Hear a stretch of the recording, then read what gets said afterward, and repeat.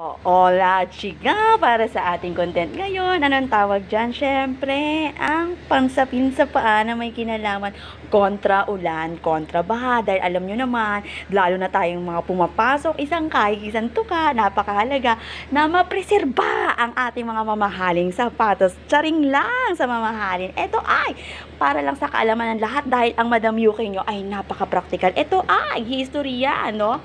Dahil itong dalawang yan, jelly shoes nung araw, status symbol yan nung ako ay high school. Pag jelly shoes, naku, napakamahal niyan.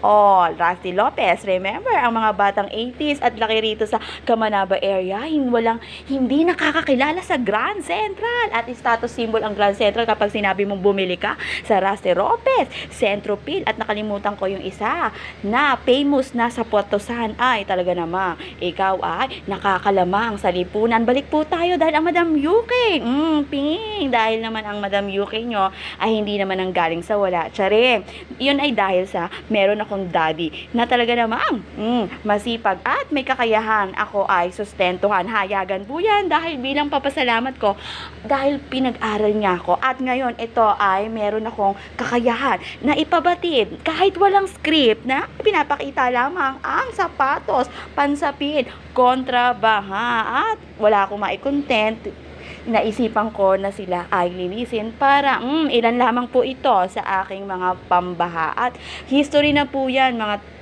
2014.